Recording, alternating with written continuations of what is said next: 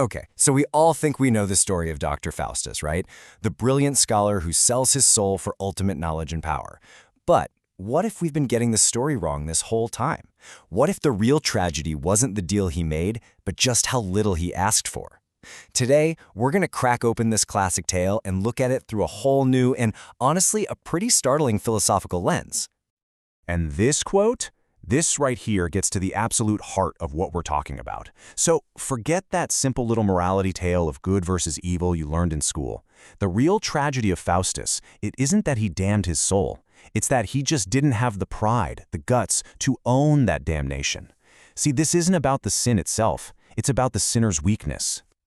All right, so to really get why he makes this choice, we have to put ourselves in his shoes right before he signs that infamous deal. Faustus is at a total breaking point, just staring down into this massive intellectual and spiritual abyss. I mean, think about it. He's mastered everything. Logic, medicine, law, you name it. And he looks around and thinks it's all completely empty. He feels trapped in this world of dusty books and secondhand knowledge. For him, the entire academic world isn't a source of wisdom. It's a graveyard, a place where nothing new is being created. He's just profoundly tired of it all. And this is where the philosopher Nietzsche gives us this incredible metaphor that just nails Faustus's crisis. He pictured humanity as a rope, right, stretched over a giant abyss. On one side is the animal we came from, and on the other is the potential for what we could become, the Übermensch, or Superman. And for Faustus, standing there, that walk across the tightrope feels like the only thing worth doing, but it's also absolutely terrifying. Okay, so this brings us to the two big ideas that really unlock this whole story. See, the choice Faustus is facing, it isn't really about heaven versus hell. It's a choice between becoming that Übermensch, that Superman, or just collapsing into what Nietzsche called the last man. So the Superman, this Übermensch, that's the ideal, right? This is the kind of person who has this sheer strength to create their own values, to make their own meaning in a world where the old gods are dead. And this part is absolutely crucial. They don't run from pain or struggle. No way. They embrace it. They see it as what's necessary to actually grow and become great. And then you've got the polar opposite, the last man. This is the person who hears about all that struggle and says, no thanks. Their number one goal in life is just comfort, security. They avoid risk at all costs, chase simple little pleasures, and run away from anything that might hurt. They end up making the whole world and themselves really small and really safe. I mean, look at this. It lays out the choice perfectly, doesn't it? On one side, you have the creator, the one who embraces the struggle for a shot at greatness. On the other, the person who just wants to be comfortable and avoid any risk. So the big question is, will he dance over that abyss? Or will he just blink and play it safe? That is the fundamental choice Faustus has to make. So which path did he choose? Well, the answer is hidden in plain sight, right there in the details of his bargain with the devil. And let me tell you, it reveals an ambition that's, well, not so grand. In fact, it's a desire for pretty trivial things.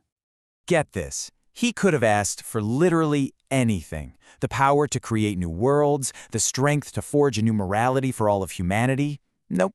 He asks for worldly pleasures.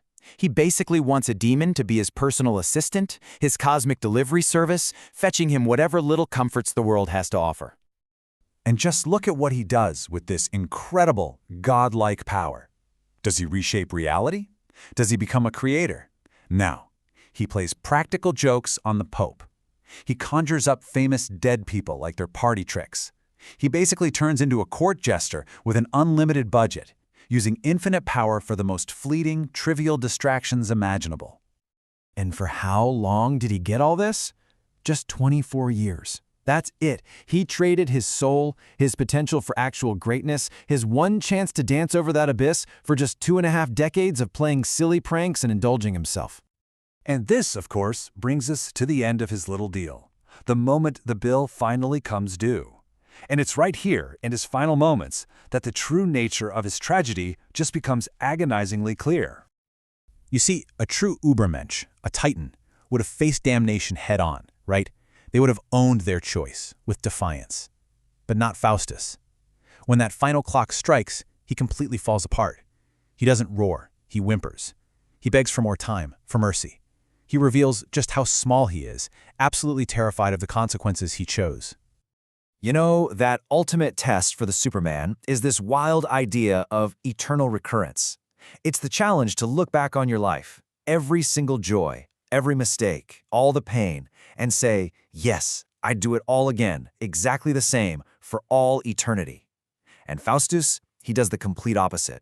His final moments are filled with nothing but regret. He can't affirm his choice, he rejects it. So what's the big takeaway here? What's the final lesson we can pull from this story about the man who aimed for the stars but ended up so small? Wow, this quote just nails it, doesn't it? It perfectly captures that massive contradiction inside him. He had the ambition of a lion, this hunger to just seize ultimate power. But he didn't have the stomach for it. When it actually came time to live with his choice, he had the weak, guilty conscience of a lamb. And that, right there, is the core of his failure.